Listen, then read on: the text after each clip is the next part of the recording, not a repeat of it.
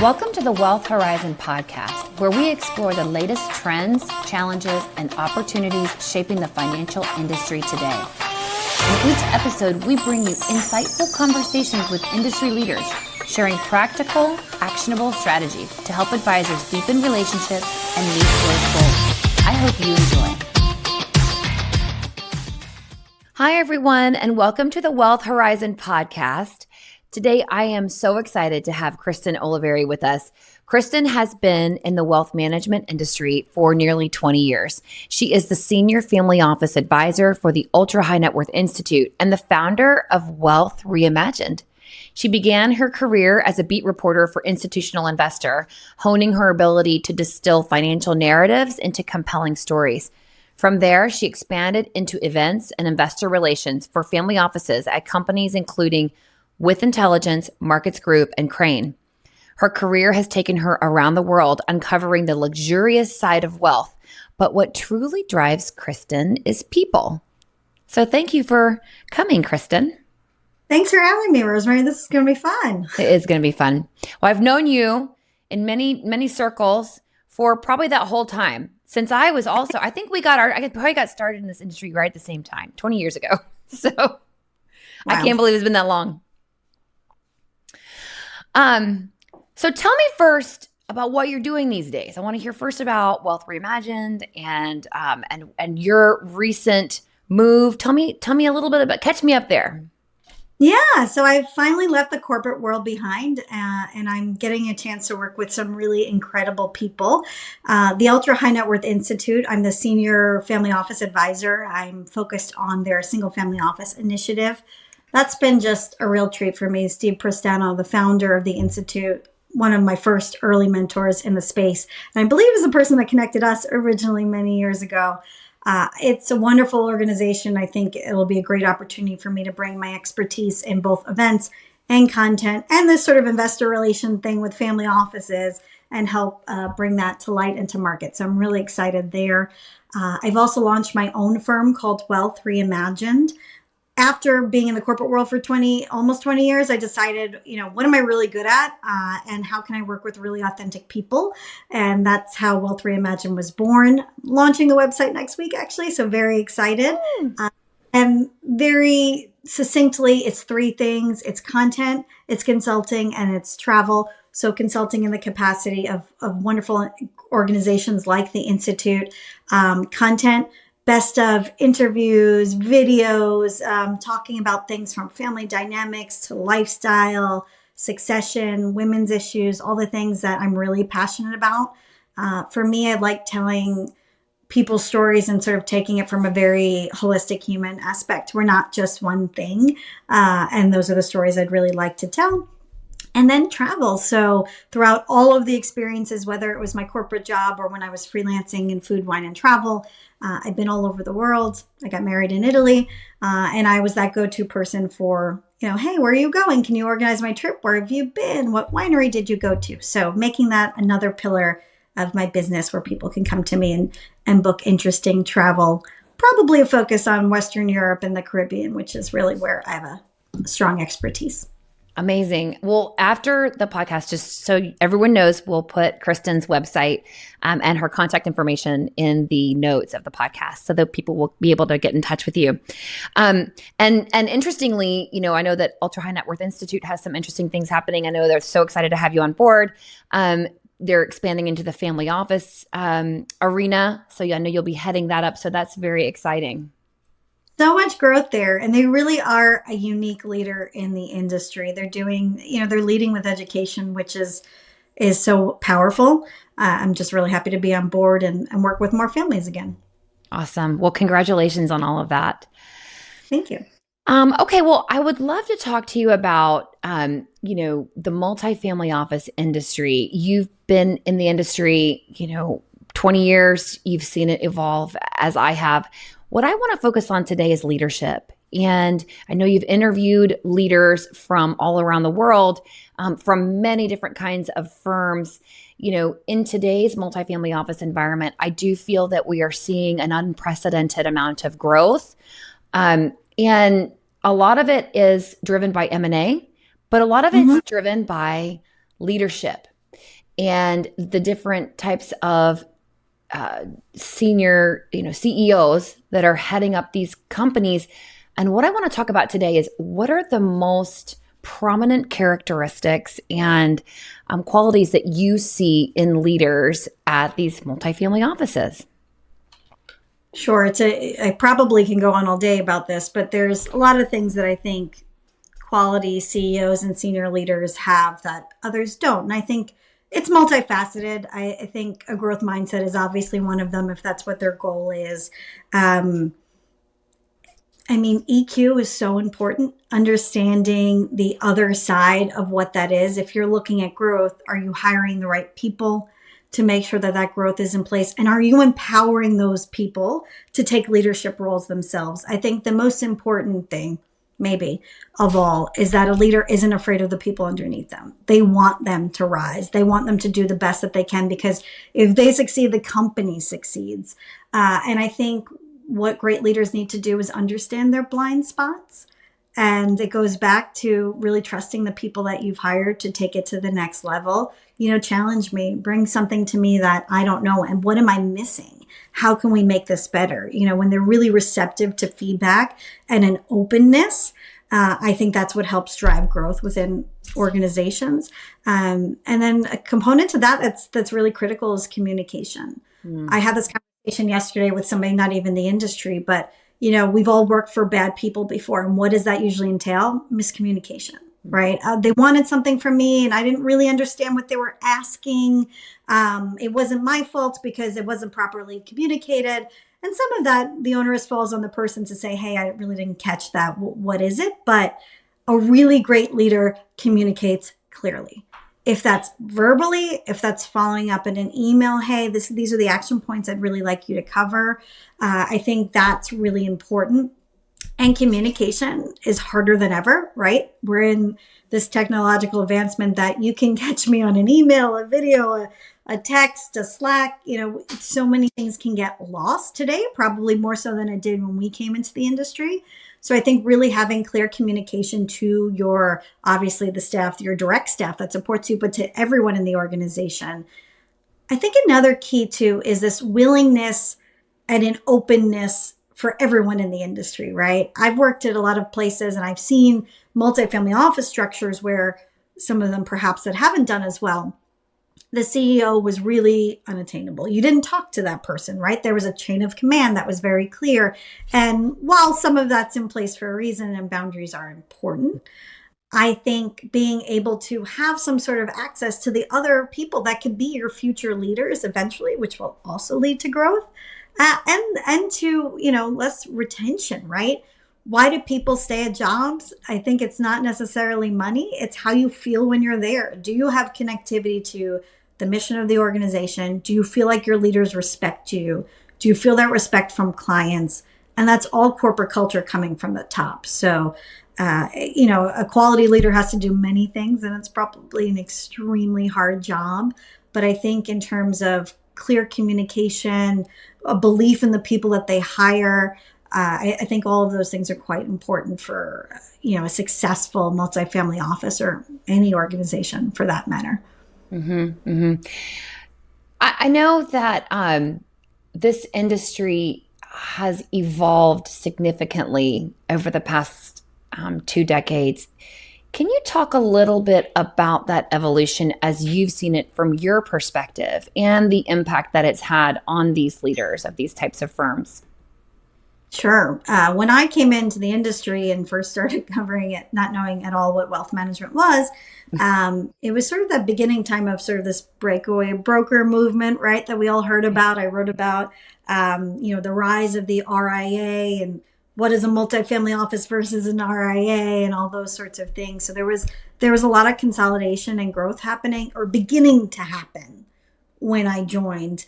And I think a lot of folks are moving away from the traditional private banking movement, right? They're like, okay, so there's a place for that, but wealth managers and multifamily offices in particular could have this offering that was just so much more holistic to the end high net worth, ultra high net worth client. And that's what they were moving towards. So the industry has really shifted in nearly 20 years, right?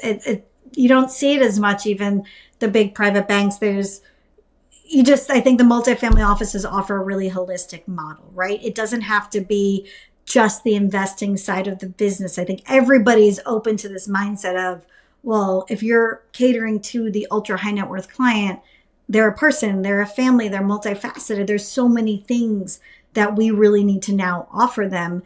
I mean, even within just sort of that change, there's, philanthropy has changed so much, which is at the core of what a lot of these multifamily offices have offered.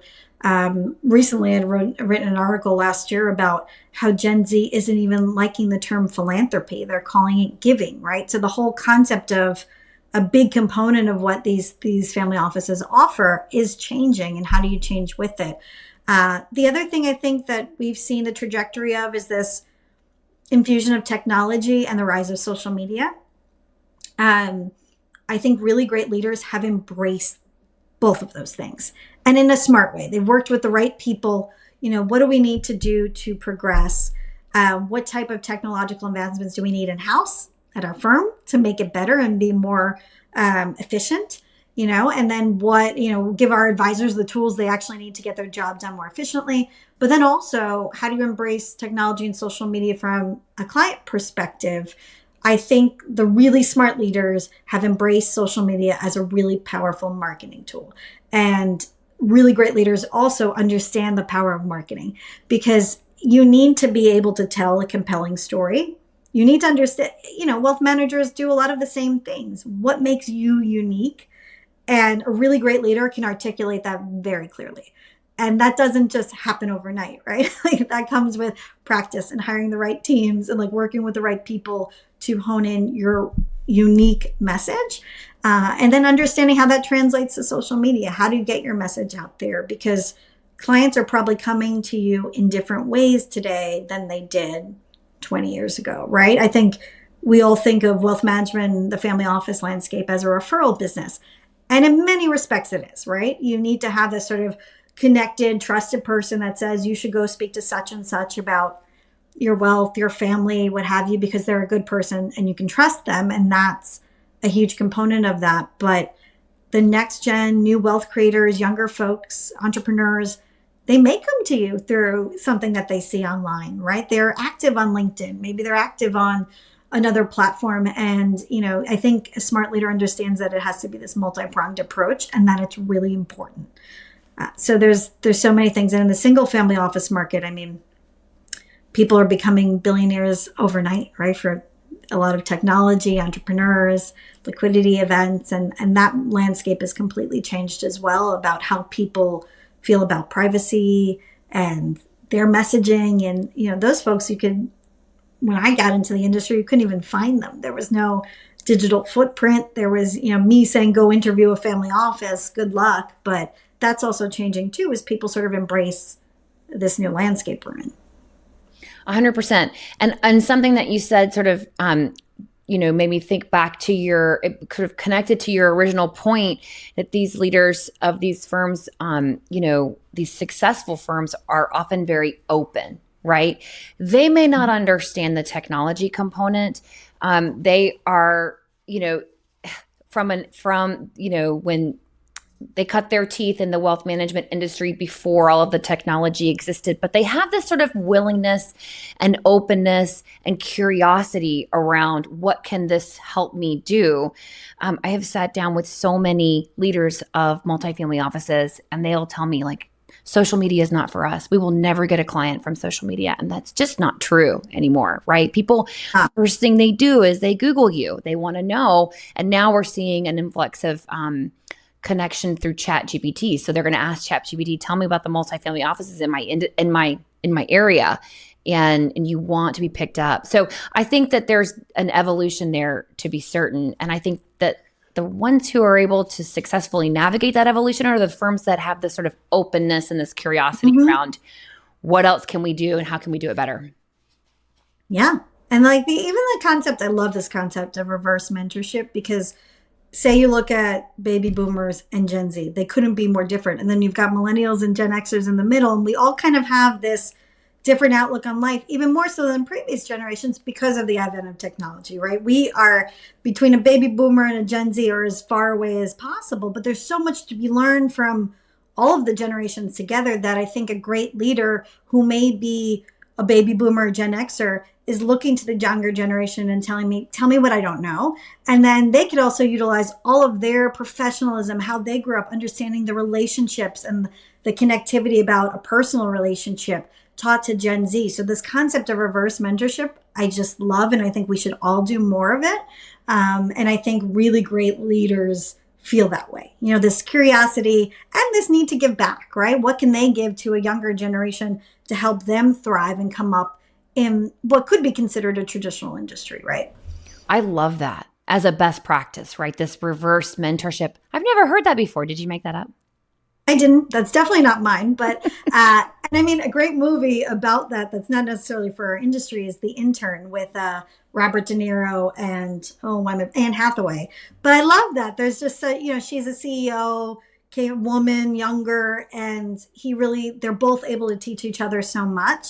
And the respect that they have for each other is I think that movie's really all about. But I think that's where, if you can get it right, is really powerful. And that's not just for MFOs. I would imagine that with large, ultra high net worth families who struggle with succession and sustaining the wealth through generations, that open communication and that sort of idea of one generation learning from the other, whether it's G1 learning from G2 or G3 or vice versa, I think that could be very powerful for a family themselves.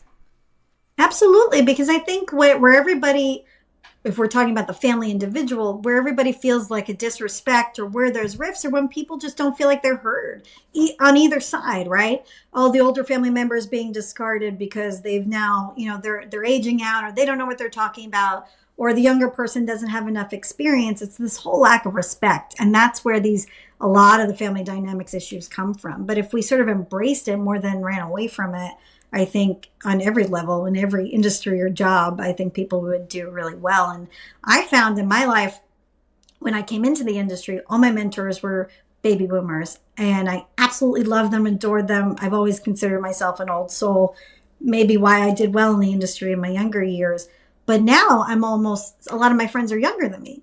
And I'm learning so much there too, from a personal level. My sister calls me every day and tells me how inefficient I am with technology. And she's not even that much younger than me. But, there's so much to be learned. I think it's embracing, to go back to our original point, this learning and curiosity mindset. If you have that mindset that people are interesting no matter which way you look at it, things go well.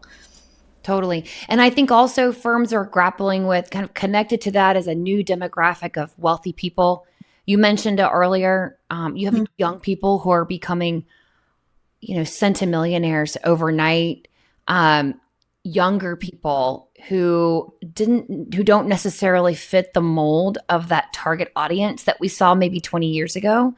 You also have females in the mix, and a lot of firms are scrambling because they don't know how to communicate with a female demographic or younger demographic. So you see these firms that are sort of waking up to this realization that they need to sort of change how they're working with their clients and in the marketplace and be able to speak to new people. Because we all know this great wealth transfer is happening. Women, younger people, they're getting the money. And, in many traditional senses, we haven't had a seat at the table prior. How many times have we heard that story where the 45-year-old now comes into wealth, their parents have passed, and they go sit down with the advisor and they're like, nope, time for a new advisor, right? All the time. And I've heard so many of these personal stories over the years where the woman, the wife or the daughter or whatever, says that they're not even looked at in conversation. And I mean, I've experienced this in my own life, not usually at work, because in the seat I'm sitting in, I'm usually the one asking the question. So someone does have to look at me in the face knowing that I'm driving the conversation, thankfully.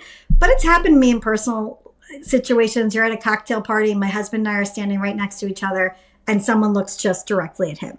It is absolutely shattering when those moments happen, and they happen a lot. And, I've, I've been asked, do you work? Things like just wild things. So I think I could absolutely understand sitting in that position where I've now inherited $100 million and my parents are gone. So that's an emotional thing to begin with. And then you have somebody that's supposed to help you, that's supposed to be this trusted source to you, that comes in and completely disrespects you. And that is happening. And to your point, firms like, oh my goodness, now we have to grapple with this. It's like, yeah, this was a long time coming. And that's why I, biased as a female, but I love some of these female leaders, these wealth advisors. They just understand the EQ component, and they can read the room and say, I'm just reading body language and how people are looking. And this person looks like she's not being engaged, right? I think women are very good at that. And I think that's why some of these female leaders are really poised to just take off in these next couple of decades where this great wealth transfer will take place. Right. And we saw a lot of that in the conversations that we were having at the Ultra High Net Worth Institute Women's event. And we talked about, it was such a wonderful gathering with so many incredible female leaders. The great wealth transfer, that was all anyone could talk about, 10 or 15 years ago, but it was always focused on next gen. It was not focused on the females who will inherit wealth before these kids get it, because we live so much longer than men. I'm building a house right now, and I know the feeling of being overlooked in a conversation. Never have you seen it more than in construction. But anyway, I digress. So I want to shift a little bit to into a different topic that I think is very prevalent for multifamily offices today, which is M&A and the concept of growth, inorganic growth versus organic growth.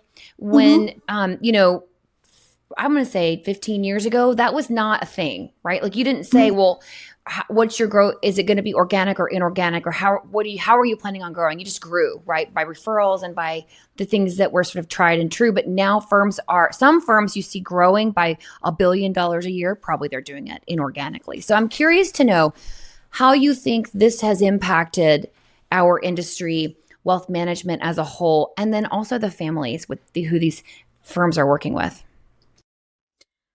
Yeah, I think that's such a great point, organic versus inorganic. I think it comes down to, before a firm decides on their growth strategy, what is their goal? We've seen a lot of MFOs that don't want to get too big, right? They're saying, okay, well, this is sort of our mandate. We'd like to take on X amount. They sort of almost cap their growth in a way. And a lot of those ones take the mold of going with the organic growth through the referrals, what have you. Some firms have done such a great job, in my estimation, with the external growth, right? Have really grown through acquisition. But many of them do it in a really, really smart way. There are so many advisory teams out there in the ether with great books of business that are doing incredible things for their families, but they need the resources that a larger MFO can offer them, right? They can't necessarily give them all of the things without it. So I think it's about having a really smart growth plan. I think a great example of a firm that's done it well is Pathstone. Steve Braverman has done a great job at really thinking their growth plan through. I remember writing about Pathstone when it launched, and I've spoken to Steve many times over the years, but he had a vision and he really had a strategic plan for how they were going to grow. I've known many of the teams they've brought on throughout the years, and these are some great people with really solid books of business. So I think it's a lot about the growth plan, but then it's also the cultural fit, right? You have to make sure these people are the right people for the overall institution. Like what are the, things that make Pathstone. And if though that team doesn't necessarily fall into it, it's about having a really strong growth team, right? Like you have to build that out in-house and have people actively doing that for you. So some of them have done really well. Now, others have taken a more is more approach and maybe not as thoughtful. I'm familiar with that. Yeah. So, and that is what it is. And then and then you have a lot of advisors just jumping between those sorts of firms, and then you're not really doing what you sort of set out to begin with. So I think growth has happened, and you see sort of the rise of the really large multifamily office. And I think that that's great. It's just about being thoughtful about growth. And I think some have done it better than others. How do you feel that a firm who has decided they will grow organically, intentionally, they're not going to pursue M&A, how do you feel they can compete in this landscape of that's full of M&A? Do you feel that that's even a factor? Do you feel that firms, how does that impact another type of firm that's really not going to grow by M&A, but rather grow organically? It probably comes down to, do they need to? Some of these MFOs spun out of a single family office. So they were sort of backed by one family, and they were okay with that. I mean, Iconic is a good example of that, right? They were the Facebook founders, just a couple of founders. It was a closed multifamily office, and then they've opened it up. And it's changed a lot, and they've sort of morphed who they were, but they were okay with that, right? Where others are sort of, maybe we'll only take on 10 to 20 families a year because that's all we have the capabilities for, and that's all we want to. The ones that sort of choose the more organic route, I think how they could compete is, their high touch offerings, right? Are their clients having this really thoughtful experience? And if they are, then that's a selling point too, right? Are they being able to, do they have the best in class philanthropy advisors? Do they have a really strong concierge program? Can they get them the best access to whatever thing that it may be, whether it's art advisory or purchasing a yacht or travel? So I think it may depend on the firm's culture and what's important to them from a holistic perspective. And then where I think some of them fail is they keep it organic growth and they do want to keep it small, but then they keep everything really quiet, right? Going back to sort of the marketing discussion. You don't have to do that, right? I think you can be a little bit more vocal about your wins and what you're offering and a client experience. I think in previous years, everybody was so afraid of asking the client, or even if we're talking about the single family office, to go on record about anything. Oh my goodness, everybody's so private, what have you. I think that's changed to a degree. There are some people that are still ultra private for obvious reasons. But a lot of times you could say, well, can you give me this really great referral for social media or an article or what have you? And we don't necessarily have to quote you. It could be XYZ family from New York City, whatever the case may be. But there's a way of showcasing your wins, your people. Maybe it's getting your folks on more of a marketing tour, going out and speaking more, right? The visibility can be there. You don't have to be ultra private.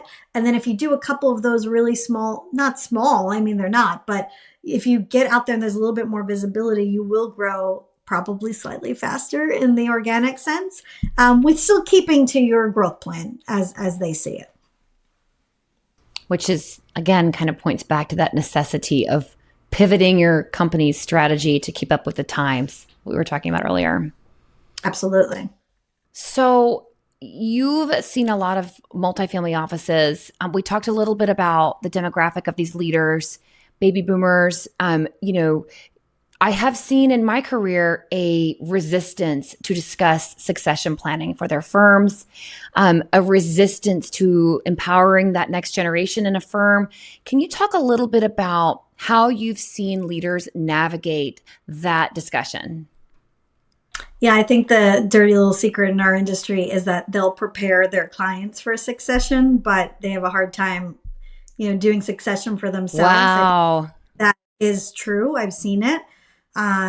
Great leaders are constantly thinking about succession. And I think what holds true for them as well as it would in a family, talk about it sooner rather than later, and embrace this concept of someday I won't be doing this thing anymore. And that's okay, right? I think it comes from this place of I'll be okay, even if, leaders are traditionally type A people who are really driven, right? They love what they do. They wake up every day and they want to do that thing, which makes them great leaders. But at some point, there's a different life path for you, right? And you want to enjoy everything that has to be. Now, that doesn't mean you have to step away from the business. I think smart succession plans include a role for that person in an advisory role, reverse mentorship role, right? Obviously, there's so many board seats they could still be actively on. So it's not necessarily a stepping away necessarily, but it's just a transition. And the earlier they have those conversations, the better. And this is why, talent retention and really having your people rise and be these incredible leaders underneath you is important. And then you're able to sort of suss out and have these conversations with your number 2, 3, 4, and see, okay, so what is our succession plan? What does this look like for the firm? When's a good time? Not for me when I feel right. When's really the right time for the firm, to take the next step and to move to the next. So I think it's this willingness and openness to having the conversation sooner rather than later, having a plan, just like they would plan for their families, right? And then maybe have an emergency plan. You often hear this. I heard this a lot during COVID, unfortunately. Leaders were incapacitated. They weren't well. Sometimes people die unexpectedly. If you don't have it in place even before you think you need it, it's like being, getting married and creating a will, or just having a will when you're at a certain age. Like, you just need to do it before you have to be in the position to need it. I think that's true for a lot of preparation that wealth managers do. It's about embracing it. But I have seen many leaders they'll do it for their clients, but they can't do it for them. And there is a moment where you have to take a step back and let the next generation rise, right? You need to know when if you're still standing there and giving the presentation, it means the person behind you isn't. So what does that actually look like? Do you really want that person to rise? And that doesn't mean that your self-worth is any less. It just means you're doing right by the business. So I think that's important. It's a tricky thing to navigate, though. So tricky. And it really kind of points back to, like, what do you want for your legacy? What do you want for your company? Do you want it to fold when you pass, or when you're no longer able to work, or do you want it to continue beyond you? And I think that's a choice that leaders have to make, and they don't want to, right? They don't even want to think about it, is what I find. Before we run out of time, I want to talk about, I want to hear some stories. So tell me about your favorite interview that you've had. So I thought about this one. One is definitely financial, and then the other one's travel, but I think you'll appreciate both. One of the most influential interviews I've ever had, and I was very young, so probably 2 years into the job. I was a reporter at Private Asset Management, and my editor at the time, Marianne Nardone, who I adore and still a very close friend of mine, said to me, "I'm going to interview Sally Krawcheck. Would you like to come?" And let's just be clear, she was being kind and she was giving me my shot. Wow, that's a big one. Okay, she didn't have to take me. It was her interview. And she said, "It'd be great for you to hear how I ask questions, and I'd love for you to chime in and ask questions," right? So thank you, Marianne, because I've never forgotten that. So we go in and we meet Sally, and I believe she was still at B of A at the time. And I was starstruck is probably the right word. She was poised. She was a great communicator. She was kind. She was very nice to us. She was on time. In the world of interviews, many people can make journalists wait. And she was just, I don't know. I'm still amazed by her and what she's built now at Ellevest and the team she's come up with. But I could just see how incredible of a rising star she was amidst this very male-dominated industry. So I just thought she was incredible. I asked a couple of questions. I was so nervous, but I bopped in where it felt natural. And I've never forgotten that. And then as years gone by, I've covered Sally many times. I've interviewed some of her key people like Emily Green and Ellevest, and I love what they're doing there in their mission. And they've done a great job at embracing social media. So she's one of those that always sticks out to me. The other one, which you'll laugh at, I was on a press trip to Cabo years ago writing about Mexican culture and a couple of properties down in Cabo, and I interviewed Gene Simmons from KISS. Oh my gosh. My husband would die to be in that position. And Paul Stanley, by the way, which was crazy because Paul Stanley told me I reminded him of his first girlfriend from Staten Island, which I grew up in. So that was a riot. But Gene and I we were talking about the launch of their restaurant. So it kind of took this philosophical turn. And he was talking about legacy of all things, funny enough. And he said to me, I think my question to him, my final question was, what would you do if you had 24 hours left on this planet and you knew it? And he said, "Oh my goodness, I would, and he just knew it. He goes, I'd make my mark somehow. I'd write a song, I'd cook a meal, I'd do something that was creative, that felt like authentic to me, and I was leaving it to somebody else. That's what I would do with 24 hours. And then of course he turned the tables on me and he goes, what would you do with 24 hours left? And by the way, the stature of this man is tremendous. He's 6'6". I'm 5'1" for comparison. And I was just so blown away in this moment, and I couldn't answer the question. I didn't have an answer. And it's one of those things that I almost still continue, how much you can learn in any moment. Any moment could be a learning moment for you, even when you're asking the questions. And that's always stuck with me. I thought about how much, even though he's a very focused musician and he was opening a restaurant, he's constantly thinking about what he's leaving behind. And that felt like a very strong tie into the work I do with wealth management. Do you still have no answer, or do you have an answer now what you would do? Now, being a mom, I'd spend it with my family. I Mm-hmm. cook some. I drink a really great bottle of wine that my husband and I have in the cellar, and I just give everybody a kiss. Probably. Oh my gosh. I think my answer might have been different 10 years ago, but I think that's what I would do now. I think that's what I would do also. I would love to hear some sort of words of wisdom from some of these profound leaders that you've had the privilege of interviewing. I have spent a lot of time in the women in wealth space, and I've met some really incredible women that are very inspiring, almost have acted towards mentors to me. And two of them that stand out to me are Kara Pass at Market Street Trust Company and Dottie Reeder, who's now with Northern Trust in the North Texas market. And both of these women have just been so incredible. They're wonderful leaders. They're so generous with their time. One thing that's very similar for both of them is that they're avid readers, and they're constantly trying to work on their EQ skills, their communication, how they connect with their staff. And both of them are very strong in this work-life balance concept that I think is a reason why a lot of women stay in the industry. And in theory, wealth management should be a great job for a woman, right? There is this sort of inherent work-life balance that comes along with this type of role, but sort of embracing that. And Dottie in particular told me, she shared with me that she used to run these book clubs and within her multifamily office when she was with Tolleson, and that it was men and women, and she encouraged the men to join too. And they're all sort of around the same age. Let's call them next gen within the family, within the multifamily office, people between 30 and 50, right? People with young families, etc. And she would pick books and she would engage the men too. And she said her biggest thing was making sure that they both equally had the same amount of work-life balance, right? They were both doing the same things, because why do women get left out of the promotions or they're looked after for a big project? A lot of the times they think it's because, oh, well, Kristen has to run back and get her daughter from dance school. And oh, maybe she's not working till 5:30 that day. But guess what? Phil's doing that now too, right? So it's particularly the millennial generation, there is this, you have two working people that are doing both sides of the work. Men are taking up a lot of that. And I thought that was such an interesting perspective from her, that she was embracing that within the company culture to make sure that stuff was equal, to make sure that they were both engaged in reading leadership books and giving everybody an equal opportunity to say, hey, we're all on the same team here too.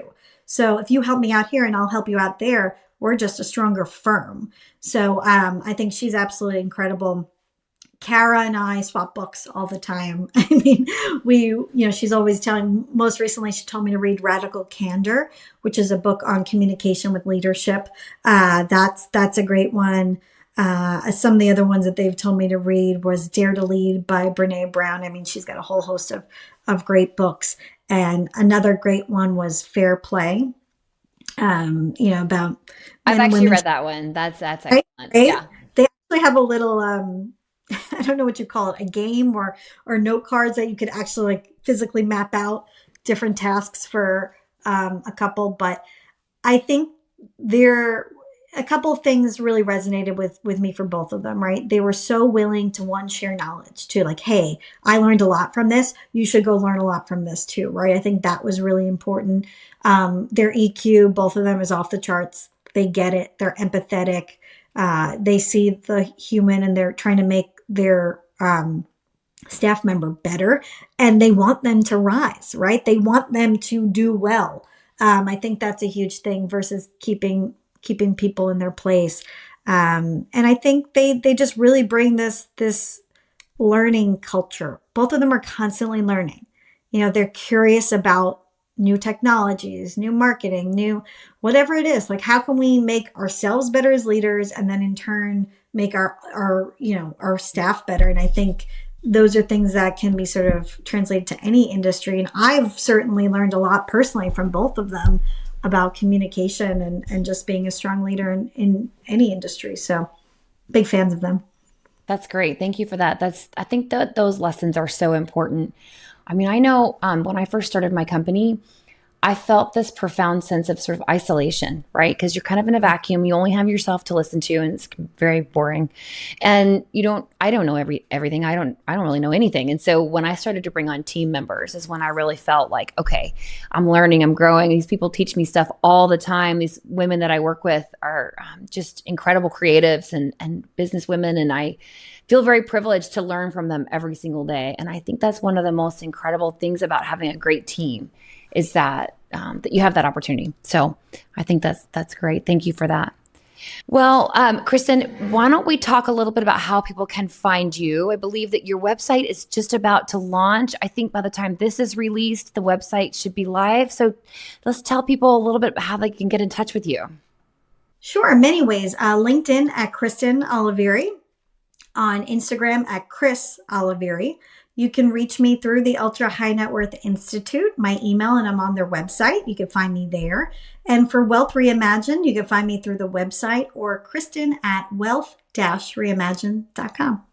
Awesome. Thank you so much for taking the time for this conversation. I truly enjoyed it.